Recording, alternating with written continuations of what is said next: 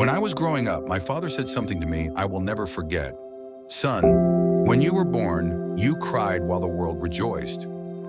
Live your life in such a way that when you die, the world cries while you rejoice.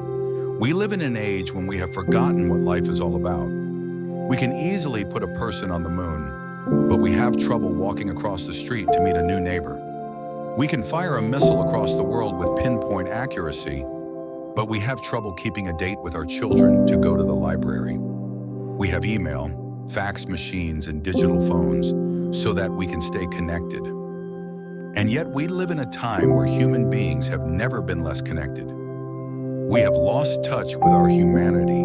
We have lost touch with our purpose. We have lost sight of the things that matter the most. And so, as you start this book, I respectfully ask you, who will cry when you die?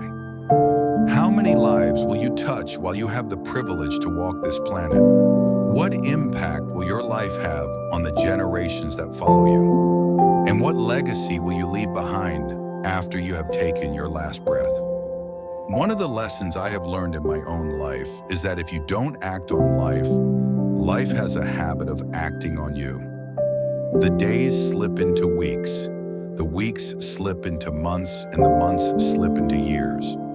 Pretty soon it's all over, and you are left with nothing more than a heart filled with regret over a life half lived.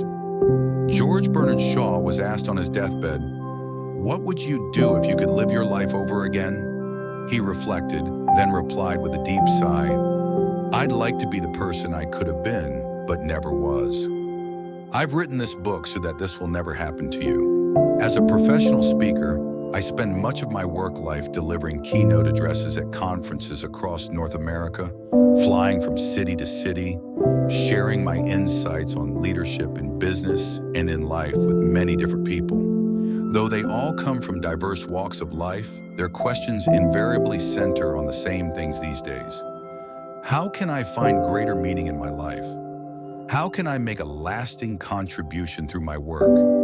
And how can I simplify so that I can enjoy the journey of life before it is too late? My answer always begins the same way. Find your calling. I believe we all have special talents that are just waiting to be engaged in a worthy pursuit. We are all here for some unique purpose, some noble objective that will allow us to manifest our highest human potential while we, at the same time, add value to the lives around us.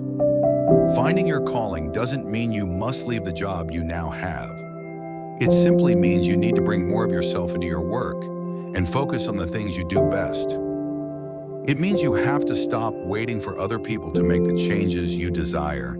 And, as Mahatma Gandhi noted, be the change that you wish to see most in your world. And once you do, your life will change.